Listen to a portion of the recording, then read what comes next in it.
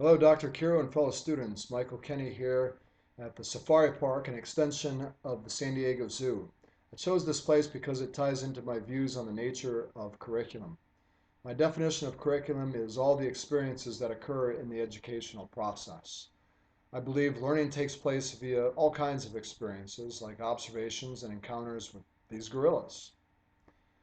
My philosophy of curriculum is based on how students learn via experience, verified today with the help of mind body education, or MBE, which confirms through neuroscience the importance of the three R's in curriculum: rigor, relevance, and relationships.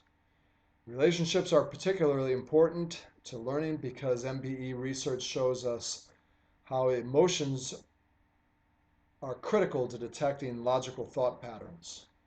Relationships are also a part of my definition of curriculum leadership, which is harnessing people's relationships to plan, implement, and assess curriculum that supports the mission of the school and advocates for the learners and their success. A component of curriculum leadership is conducting a needs assessment to determine the current state of curriculum and find ways to make it better. It can be as simple as interviewing students or more complicated with statistical analysis and case studies. Determining how to change curricula requires having the right blend of people so that internal and external publics have a voice in the process. Since people generally support what they help create, teachers should have a primary role in curricula design, but other stakeholders such as parents, teachers, school administrators, schools community, and students should play roles as well. The best way to operationalize change and reform curricula is through continuous curriculum management, a cycle that includes supervising the design, implementation, and evaluation of curriculum throughout the school year.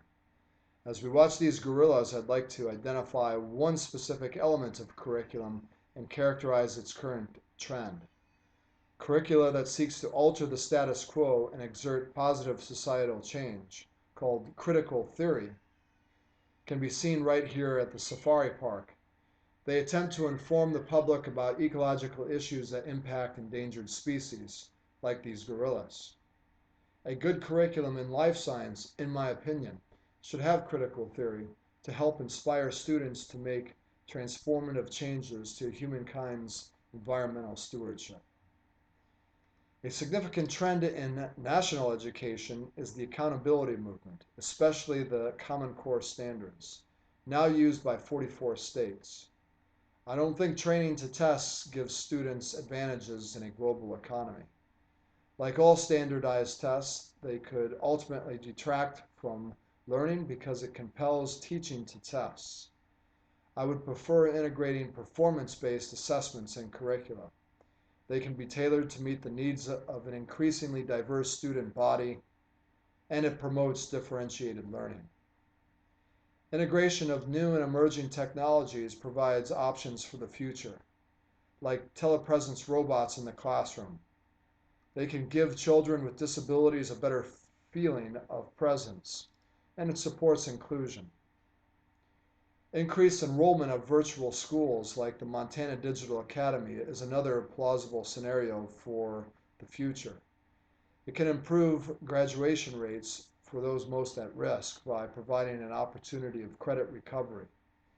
The individualized curricula would be especially helpful to differentiated and diverse learners. But Montana Digital Academy and telepresence robots allow more students access to education and could improve their chances to succeed beyond high school. It also supports inclusion. While some aspects of technology and curricula are promising, we need to be cautious and exclude technology sometimes in our curricula. Neuroscience shows excessive online activity alters the brain, which can result in decreased higher order thinking, according to Tokuhama Espinosa 2014. This is a problem since digital learners today crave immediate access to online networks, even though neuroscience shows how this compromises the brain, according to Chapman 2013. Appropriate differentiated instruction based on MBE research should include curricula that does not entirely rely on technology, such as tasks that require students to articulate their observations and make their own interpretations. Like with these gorillas. That leads me to my final point. Our curricula can make classrooms better by sometimes getting out of the classroom.